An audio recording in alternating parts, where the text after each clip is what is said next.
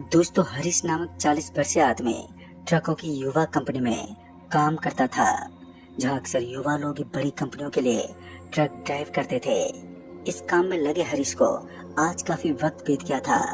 हरीश के मन में इस काम के प्रति बेहद लगाव था, लेकिन कुछ ऐसा हुआ जिसने इस काम के प्रति घृणा उत्पन्न कर दी।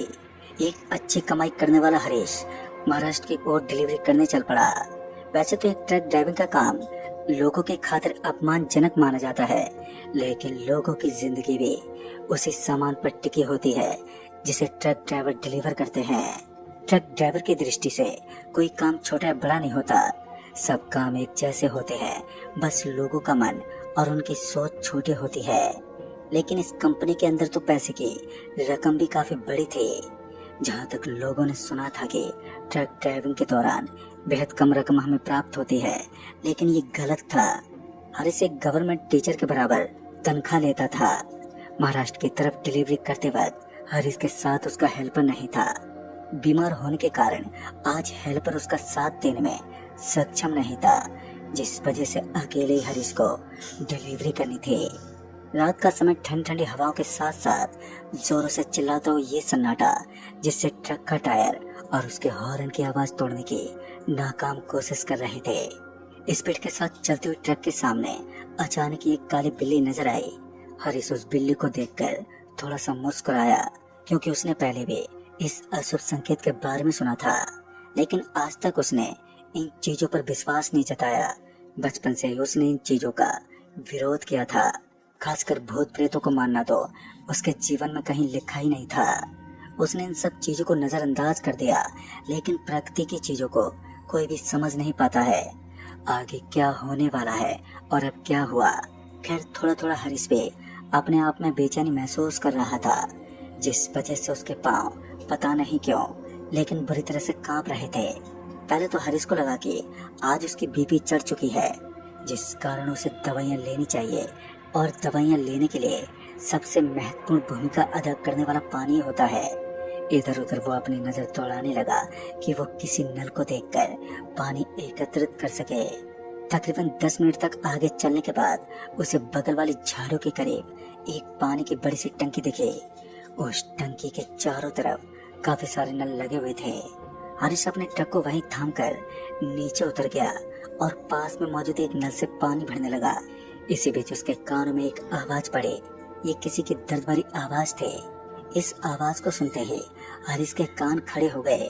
काफी देर तक वो इधर उधर देखता रहा, लेकिन उसे कुछ भी दिखाई नहीं दिया।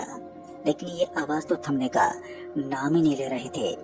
तभी हरीश ने देखा कि उस नेशनल हाईवे से सटी हुई एक कच्ची रोड, जिसके ऊपर एक ट्रक पलटी खाकर नीचे की तरफ गिरी हुई थी और उसके दोनों तरफ की लाइट फ्लिप कर रही थी। हरीश को पूरा विश्वास हो चुका था कि इन आवाजों का स्रोत वही ट्रक है। सब आवाज इसी ट्रक की देन है।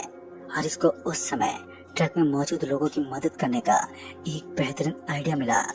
उसने अपने ट्रक के अंदर से लोहे का एक सरिया बाहर निकाला और उस ट्रक की तरफ चल पड़ा। इस वक्त रात के 1:36 हो रहे थे, यानी कि करीब 2 बजने वाले थे। जैसे जैसे हरीश के छोटे छोटे कदम उस ट्रक की तरफ बढ़ रहे थे, वैसे वैसे उसकी रूह अपने आप ही थर्रा रही थी। ट्रक की तरफ से कुछ खास नजर आ रहा था, कुछ ऐसा जो वो पहली बार देख रहा था। फिर उसने देखा कि उस ट्रक की हल्की हल्की रोशनी में उसे उसके अगल बगल में खून फैला हुआ दिखाई दे रहा था। उसे विश्वास हो चुका था कि यहाँ कोई बड़ा एक्सीडेंट हुआ है। हरीश जल्द से जल्द उस ट्रक के पास पहुंचा तो उसने देखा कि ट्रक के अगल बगल में किसी का नामो निशान नहीं था, और उसके पास उसका फोन था जिसकी हल्की हल्की रोशनी पड़ रही थी। लेकिन ट्रक को ठीक से जांचने के लिए ये रोशनी काफी नहीं थी। अंधेरा होने के कारण ट्रक के अंदर की चीजें एकदम साफ नजर ही नहीं आ रही थी। जैसे तैसे हरीश ने आगे वाले शीशे को तोड़ दिया, लेकिन असली खौफनाक दास्तां तो अब शुरू हुई, जब उसने देखा कि ट्रक के अंदर मांस के टुकड़ों में बटा हुआ एक इंसान बुरी तरह मरा हुआ पड़ा था। लेकिन वो चिल्ला कैसे सकता है, क्योंकि उसको तो किसी ने मांस के टुकड़ों में अलग अलग बांट दिया था। फिर वो चिल्लाने में कामयाब कैसे हुआ? यही सब देखते हुए हरीश जब उस ट्रक से अपने मुंडे बाहर निकालने लगा, लेकिन इसी बीच उसे ऐसा एहसास हुआ कि किसी चीज के अंदर उसका सर फंस गया है और वह अपनी समस्त ताकत का इस्तेमाल करने के बाद भी अपनी मुंडे को निकाल नहीं पा रहा था। हारिस को छन छन पायलों की आवाज सुनाई दे। एक तरफ उसका सर बाहर ही नहीं निकल रहा था और दूसरी तरफ इन आवाजों के सुनते ही उसके दिल की धड़कनें एकदम से तेज होने लगी। पीछे मुड़कर देखना तो हारिस के लिए नामुमकिन जैसा था, क्योंकि उसका सर हवा में फंस गया था, जो बड़े ताज्जुब की बात थी।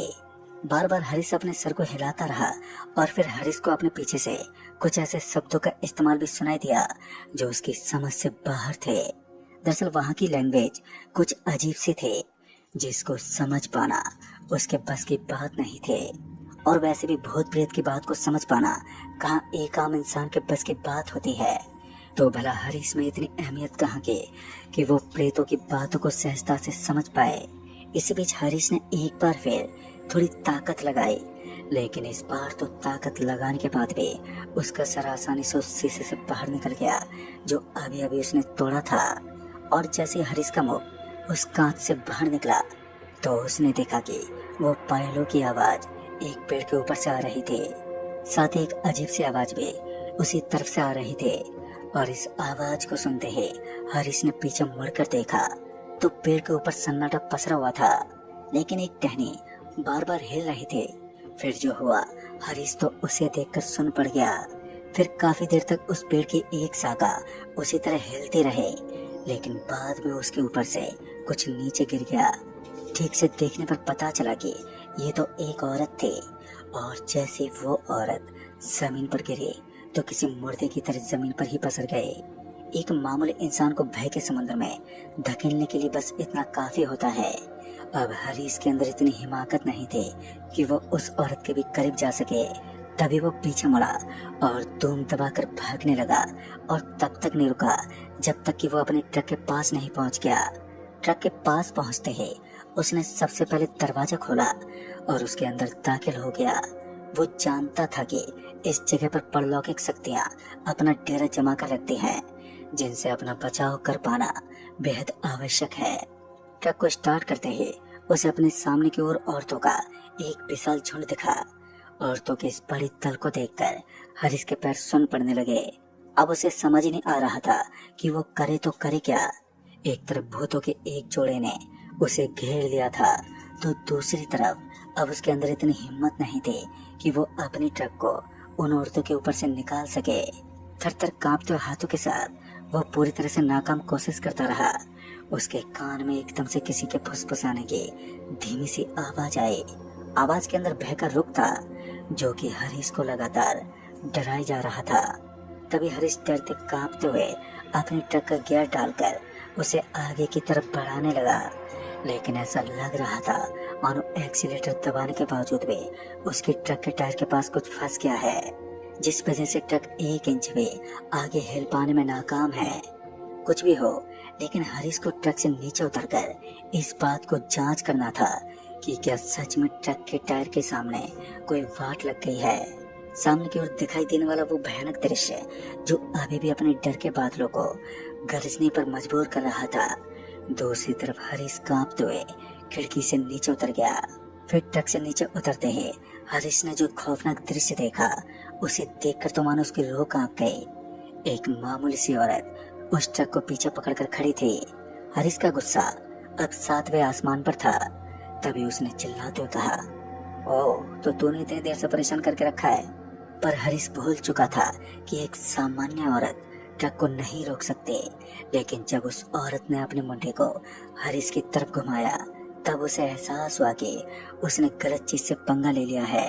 अब तो उसका ट्रक भी भूतों से ग्रस्त हो चुका था। उसका एकमात्र सुरक्षित स्थान भी अब उसके लिए खतरा बन चुका था। हारिस के अगल बगल में खतरों का संकेत लगातार बढ़ता जा रहा था और जिंदगी बचाने का कोई रास्ता भी नहीं था। जब हारिस को एहसास हुआ कि अब उसका ट्रक उसके लिए खतरा साबित होने वाला है, तो उसने हाईवे पर पैदल पैदल चलना ही शुरू कर दिया। और वो जानता था कि यहाँ पर रुकना उचित नहीं है, किंतु उसके बाद ही उसके ट्रक अपने आप स्टार्ट हो गई और उसकी रोशनी हारिस के सर पर पड़ी तो वो पीछे मुड़ गया। और अब उसके ट्रक के अंदर वही भयानक चुड़ैलें थीं जिसके समक्ष हरीश की एक ना चलती हो। ट्रक ने अचानक ही स्पीड पकड़ना शुरू कर दिया और ट्रक से डरते हाँफते वो हाईवे पर तेज स्पीड के साथ भागने लगा। लेकिन आज हरीश की किस्मत को कुछ और ही मंजूर था। तेज तर्रार ट्रक ने हरीश को एक जोरदार टक्कर मारी और तकरीबन 10 फीट ऊपर उछलकर हरीश सड़क के बीचों बीच गिर गए। हरीश की हड्डी पसलियों में जोरदार मोच आई और अब उसके अंदर इतनी हिम्मत कहाँ थी कि वो अपने स्थान से भी खड़ा हो सके। वो पूरी तरीके से घायल हो चुका था। हरीश ने अपनी सुध-बुध खोई तब तक उसके अगल बगल में वही औरतें खड़े होकर जोर जोर से रोने लगी। अभी भी भयानक दृश्यों का सफर खत्म नहीं हो रहा था। बस कुछ पल के बाद हरीश की दोनों आंखों के सामने अंधेरा छा गया। फिर बाद में जब उसने अपनी आंखें खोली तो अस्पताल के एक बेड पर वो भर्ती पड़ा था, जहां पर उसके शरीर में अनगिनत चोटों ने स्थान जमा कर लिया। सारी घटनाओं को अपने घर वालों के सामने प्रस्तुत करने के बाद हरीश को पता चला कि वो हाईवे हॉन्टेड है।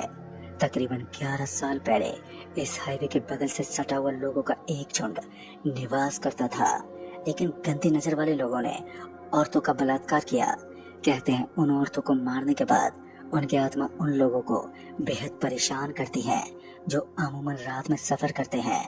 ट्रक ड्राइवर से तो उनकी इतनी शत्रुता थी कि वो उन्हें कभी भी मारने की क्षमता रखते हैं, और ट्रक एक्सीडेंट जैसे दिखाई देने वाला दृश्य भी सिर्फ एक माया भ्रम होता है जिसके अंदर फंसकर हर कोई अपनी जान गंवा देता है। अब इसके पीछे की हकीकत क्या है ये तो दोस्तों कोई नहीं जानता, लेकिन लोगों के मुताबिक असलियत यही है। खैर उस दिन के बाद आज तक का रिकॉर्ड है, हरीश ने ट्रक के स्टीयरिंग पर बैठना तक छोड़ दिया, क्योंकि आज भी जब भी वो किसी ट्रक के स्टीयरिंग को देखता है तो उसे एहसास होता है कि उसके साथ क्या हुआ था। वो दृश्य आज भी उसके दिमाग में किसी मूवी की तरह घूमता रहता है। तो दोस्तों इस कहानी में बस इतना ही। तब तक के लिए बाय एंड टेक केयर। दोस्तों रात के करीबन 2 बज रहे थे। मैं अपने दोस्त अजीत के साथ एक ट्रैवलिंग के सफर में था। सफर बहुत लंबा था और लगातार 4 घंटे के एक लंबे सफर के बाद अब मुझे थकावट होने लगी, और इसी थकावट के चलते अब मुझे कहीं आराम की जरूरत आ पड़ी थी। लेकिन दूर दूर तक हमें इस सड़क पर कोई भी ढाबा नजर नहीं आ रहा था, और इसी बीच हमारी गाड़ी एक गांव के समीप पहुंची। मुझे तो ठीक से याद नहीं है, लेकिन जब हम उस गांव के करीब पहुंचे थे तो वहां पर बहुत लंबे लंबे खंभे बने हुए थे, और शायद वहां एक पावर हाउस भी था। शायद मुझे उस पावर हाउस के अंदर कोई आदमी दिखाई दे रहा था। पहले तो मैंने उसकी तरफ बिल्कुल भी ध्यान ही नहीं दिया, लेकिन बाद में मैंने देखा कि एक 6 फुट लंबा चौड़ा आदमी मुझे अपनी गाड़ी रोकने का इशारा कर रहा था, और मैंने वैसा ही किया। अपनी गाड़ी का ब्रेक लगाया तो अजीत ने मुझे कहा, अरे भाई रात के 2 बज रहे हैं और इतनी रात को हमें रास्ते के बीच में कहीं पर भी अपनी गाड़ी नहीं रोकना चाहिए, चाहे इसके लिए कुछ भी हो जाए। लेकिन मैंने अजीत की बातों को अनसुना कर दिया और फिर सड़क के बीचों बीच खड़ा हो गया, क्योंकि इस समय तो मुझे एक जोरदार भूख लगी थी, और ऊपर से गाड़ी के अंदर रखा हुआ पानी भी अब गर्मी के मारे तपने लगा था। ठंडे पानी की तलाश में मैं काफी देर तक भटकता रहा था, लेकिन ये मेरी बदकिस्मती थी कि काफी देर तक तलाश करने के बावजूद भी मुझे पानी की कोई सुविधा नहीं मिली। और गुस्से में आकर मैं अजीत से कहने लगा, अबे भाई तू चुप बैठ, यहाँ मुझे प्यास लगी है और तुझे गाड़ी रोकने की पड़ी है, और कौन यहाँ हमें लूटने के लिए खड़ा होगा। फिर उस पावर हाउस के पास मौजूद एक आदमी हमारी गाड़ी के पास पहुंचा, और फिर उसने हमारी गाड़ी की विंडो को नीचे झुकाने के लिए कहा। मैंने गाड़ी का दरवाजा ही खोल दिया। वो आदमी बाकी इंसानों से मुझे थोड़ा अजीब प्रतीत हो रहा था। उस आदमी के बदन से एक अजीब सी गर्मी निकल रही थी, साफ साफ दिखाई दे रहा था। फिर मुझे लगा कि शायद अभी अभी इस आदमी ने सिगरेट जलाई होगी, जिस वजह से मैंने उस आदमी से इस बारे में कुछ भी पूछना सही नहीं समझा। उसके बाद में मैंने उस आदमी से कहा, भाई साहब यहाँ खाने पीने की कोई सुविधा है क्या?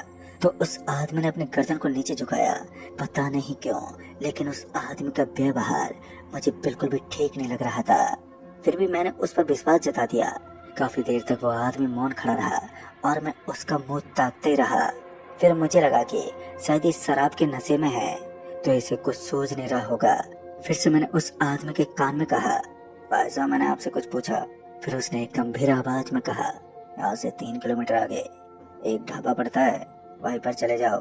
और हाँ, ये गांव जितना नॉर्मल तुम्हें दिख रहा है ना, उससे कहीं ज्यादा खतरनाक है, लेकिन इस गांव की वास्तविकता तुम कभी नहीं देख पाओगे, जो तुम्हारे साथ कभी भी घट सकती है।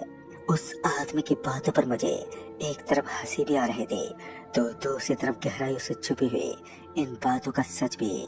मैं नहीं जान पाया कि वो आदमी कहना क्या चाहता है। फिर मैंने उस आदमी से कहा, अगर आपको कोई तकलीफ ना हो तो हम एक रात के लिए आपके यहाँ रुक सकते हैं। पता नहीं क्यों लेकिन वो आदमी कुछ सोच विचार करके बोला, पर कमरे तो बहुत हैं, लेकिन इन कमरों के अंदर जो कुछ चीजें रहती हैं वो आपके लिए जानलेवा हो सकती हैं। यही बात मेरे समझ से बाहर थी और फिर उस आदमी ने हमें यहाँ से निकलने को कहा। जैसे मैंने अपनी गाड़ी स्टार्ट की तो उस आदमी ने कहा, याद रहे ये गाँव जितना नॉर्मल दिखता है उससे कहीं ज्यादा खतरनाक है। अब एक पल के लिए मुझे उस आदमी पर गुस्सा तो आया, लेकिन फिर मैंने सोचा कि बेवकूफ के बराबर होने से अच्छा है इसे नजरअंदाज कर देता हूँ, और फिर मैं वहां से निकल गया। लेकिन पसीना टपका देने वाली इस गर्मी में अब मेरा गला सूखने लगा था और किसी भी हालत में मुझे पानी की बहुत आवश्यकता थी, और वो भी ठंडे पानी की। लेकिन पानी तो दूर दूर तक था ही नहीं, और अब तक मुझे सड़क के किनारे एक सुनसान जगह नजर आई। लेकिन ताज्जुब की बात तो ये थी कि एक सुनसान जगह होने के बावजूद वहाँ पर एक वाटर कूलर लगा हुआ था, और उस वाटर कूलर के अंदर ठंडे पानी का बहाव हो रहा था। मैं तुरंत ही गाड़ी का दरवाजा खोलते हुए नीचे उतर गया, लेकिन जैसे मैंने अपनी गाड़ी का दरवाजा खोला तो मुझे ऐसा एहसास हुआ मानो एक पतली सी हवा मेरे शरीर के आर पार हो गई हो। एक हवा के झोंके ने कुछ पल के लिए मुझे हताश कर दिया। मेरा शरीर टूट सा गया था, और उसके बाद मैंने गाड़ी के अंदर से पानी की बोतल उठाई और फिर उसे लेकर उस वाटर कूलर की तरफ चल पड़ा, जहाँ पर मुझे दूर दूर तक कोई भी नजर नहीं आ रहा था। उसके बाद जब मैं उसके पास पहुंचा तो मैंने देखा कि वहाँ पर बहुत सारा खून फैला हुआ था। ऐसा लग रहा था मानो किसी का एक्सीडेंट हुआ हो, लेकिन वहाँ कोई कैसे पहुंच सकता है। इस घनघोर रात में दूर दूर तक नहीं तो किसी रोशनी की सुविधा थी, और न ही दूर दूर तक मुझे कोई भी दिखाई दे रहा था। ये एक ऐसा स्थान था जहाँ कोई परिंदा भी पर ना मार सके, और ऊपर से अचानक ही आसमान में बादल छाने लगे। अचानक ही मौसम को इस तरह बदलता देख मुझे काफी डर लगने लगा। लेकिन अचानक ही किसी के चिल्लाने की मुझे आवाज सुनाई दी, और कहीं ना कहीं मुझे 100% ये विश्वास भी था कि यह आवाज मेरे दोस्त अजीत की ही है। मैं बिना पानी भरे अपनी गाड़ी की तरफ भागा तो मैंने देखा कि गाड़ी का तो दरवाजा खुला हुआ था, और फिर जब मैंने गाड़ी के अंदर देखा तो मैंने पाया कि गाड़ी के अंदर तो मेरा दोस्त अजीत नहीं था। वो गाड़ी के अंदर से गायब था, और मैं इधर उधर आजू बाजू में उसे देखने लगा, लेकिन वो मुझे कहीं भी नजर ही नहीं आ रहा था। उसके बाद मुझे वहां से थोड़ी दूर एक छोटे से जंगल में किसी चीज के इधर उधर खिसकने की हल्की सी आवाज आने लगी, और इस आवाज को सुनकर ये अंदाजा लगाना बहुत ही आसान था कि कहीं ना कहीं मेरा दोस्त भूल से टॉयलेट करने के लिए कहीं इस तरफ तो नहीं चला गया। और ये सब सोचते हुए मैं उन हल्के फुल्के झाड़ियों की तरफ चल दिया, जहाँ कांटों के साथ साथ सूखे पेड़ मुझे दिखाई दे रहे थे। मैं तेज गति से कदम पटकते हुए उस जगह पर पहुंचा तो मैंने देखा कि मुझे वहां पर कुछ नजर आ रहा था जो एकदम काला काला था, और वो किसी टांग को पकड़कर घसीट रहा था। मुझे लगा शायद वो कोई जंगली जानवर है। पता नहीं क्यों, लेकिन उसे देखते मेरे शरीर के रोंगटे अपने आप ही खड़े हो रहे थे। पूरे बदन के अंदर गर्मी का एहसास भी जोरों से होने लगा, और इसी बीच मुझे आवाज आई, भाई मुझे बचा ले, वरना मुझे मार देगा। फिर मुझे एहसास हुआ कि ये तो कोई और नहीं बल्कि अजीत ही है, जिसका पांव पकड़ के भयानक जीव घसीटे जा रहा है। इससे पहले कि मैं कुछ कर पाता कि उस जीव ने मेरे दोस्त अजीत को पकड़कर जो इसे एक पेड़ से टकरा दिया, और मेरे दोस्त दर्द के मारे कराहने लगा। लेकिन उसकी सहायता के लिए अभी भी मेरे कदम उसकी तरफ बढ़ ही नहीं पा रहे थे। पूरा बदन जोरों से तपने लगा था, और शरीर में खौफ का एक अलग ही रक्त बह रहा था। मगर फिर मैं एक सूखी लकड़ी लेकर उसकी तरफ भागा। लेकिन जैसे मैं तेज गति से उसकी तरफ भागा तो मुझे एहसास हुआ कि असल में कोई जंगली जानवर नहीं बल्कि एक प्रेत है जो बड़ा ही खौफनाक है।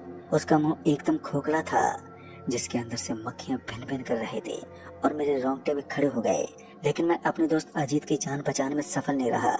उसका वो चेहरा जिसको देखकर हर कोई थरथरा उठे, उसके अंदर से निकलने वाला एक अजीब सा धुआं जो पहले मुझे उस आदमी के अंदर से निकलता हुआ दिखाई दिया था, उसको देखकर मैं पूरी तरह से सहम गया था। लेकिन जब मैंने अपने ही दोस्त की कटी हुई मुंडी देखी तो मैं अंदर तक टूट गया। अब मेरे अंदर इतनी भी हिम्मत नहीं थी कि किसी तरह वापस अपनी गाड़ी तक पहुंच सकूं। मेरे पांव फूल चुके थे, लेकिन फिर अपनी मौत को अपने सामने खड़ा देखकर किसी तरह वहां से मैं भागने की कोशिश करने लगा।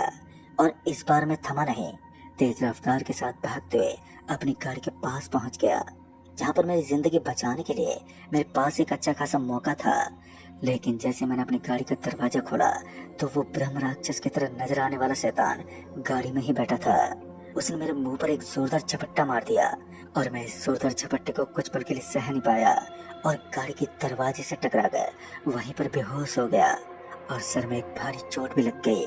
फिर मैं एक गंभीर अवस्था में बेहोश हो गया था और जब मेरी आंख खुली तो मैंने देखा कि एक अजीब सा कमरा जिसके अंदर मुझे घुटन जैसा महसूस हो रहा था वो पूरा का पूरा बंद था और उसके अंदर एक काली परछाई मेरे आसपास मंडरा रही थी।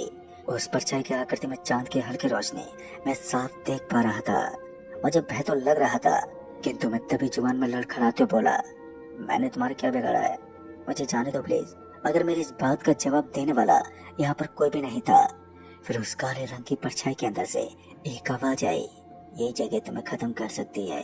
अगर अपनी जान बचानी है तो रात के 3:30 बजे जैसे ये दरवाजा खुलेगा तुम यहाँ से बाहर निकल जाना। लेकिन याद रहे, बाहर निकलते वक्त भी तुम किसी को नजर ना आओ। अगर भूल से भी किसी ने तुम्हें देख लिया तो फिर तुम्हारा जिंदा बचना इम्पॉसिबल होगा। पता नहीं क्यों, लेकिन ये सब बात मुझे बड़ी डरावनी महसूस हो रही थी। तभी मैंने देखा कि मैं पेड़ों की जड़ों से बंधा हुआ था, लेकिन एक हाथ खुला हुआ था। तो मैंने अपने पूरे बदन को आजाद कर लिया और दूसरे पल जब मैंने अपना चेहरा दूसरी तरफ घुमाया तो मैंने देखा कि उस जाले के अंदर से आ रही चांद की रोशनी में मुझे अपने दोस्त अजीत की लाश पड़ी हुई नजर आई। मैं घबरा गया और इसी बीच घबराहट के 3:30 बज गए। मुझे तो पता ही नहीं चला और जैसे मुझे हवा के एक तेज झोंके का एहसास हुआ तो मैं एक झटके से जाकर दरवाजे के पास खड़ा हो गया और उसके बाद वो दरवाजा खुला और दरवाजे के खुलते ही मैं सरपट भागने लगा और इस बार मैं थमा नहीं और सीधा हाईवे पर आकर रुका। लेकिन जब किस्मत खराब हो तो ऊंट पर बैठे इंसान को भी कुत्ता काट देता है। ऐसे ही कुछ हुआ। मैं किसी तरह अपनी जान बचाकर हाईवे पर तो भाग आया, लेकिन इसी बीच एक तेज तर्रार ट्रक पलक झपकते मुझे टक्कर मारकर वहां से आगे निकल गई। मैं बेहोश होकर एक बार फिर सड़क पर ही गिर पड़ा। इस बार मैं घायल अवस्था में था और मेरे बदन में बहुत जोरदार चोटें आ चुकी थी। एक बार के लिए जब मेरी आंखें खुली तो मैंने देखा कि मैं किसी रोशनी से जगमगाते हुए दरवाजे के सामने खड़ा हूँ, जो कि कुछ देर के बाद बंद हो गया और फिर मेरी आंख भी बंद हो गई। मुझे नहीं पता, लेकिन करीब 100 बार ऐसा हुआ और उसके बाद 101वीं बार मेरी आंख खुली तो मैं अस्पताल में लेटा हुआ था, जहाँ मेरे बगल में अजीत खड़ा था। अजीत को देखते मेरा सर चकराने लगा और मैं फिर से बेहोश हो गया। जब इस बार मुझे होश आया तो मेरे सारे घर वाले आजू बाजू में खड़े थे। उन्हें पहले से सारी घटना के बारे में पता था। उसके बाद मुझे पता चला कि अजीत की मौत हो गई थी और ट्रक से टकराने की वजह से मैं तकरीबन 3 महीने तक कोमा में ही रहा। दोस्तों, उसके बाद मैं तकरीबन 7 महीने के लिए रिकवरी में रहा और उसके बाद नॉर्मल हुआ। तब जाकर मैं फिर से अपने काम में जुट गया। लेकिन इस खौफनाक घटना ने करीब 1 साल के लिए मेरी जिंदगी को तबाह कर दिया था। लेकिन वो एक मोड़ मेरी जिंदगी को नई दिशा देने में सक्षम हुआ और आज मैं सही सलामत हूँ। मगर अपने खास दोस्त अजीत के मरने का आज भी मुझे गम है और उस रात को मैं कभी भूल नहीं पाऊंगा। और वह मेरी जिंदगी की एक ऐसी रात थी जिसने खुद मुझे कयामत दिखाई थी। तो दोस्तों, इस कहानी में बस इतना ही। कहानी आपको पसंद आई हो तो वीडियो को लाइक शेयर जरूर कर दें। तब तक के लिए बाय एंड टेक केयर।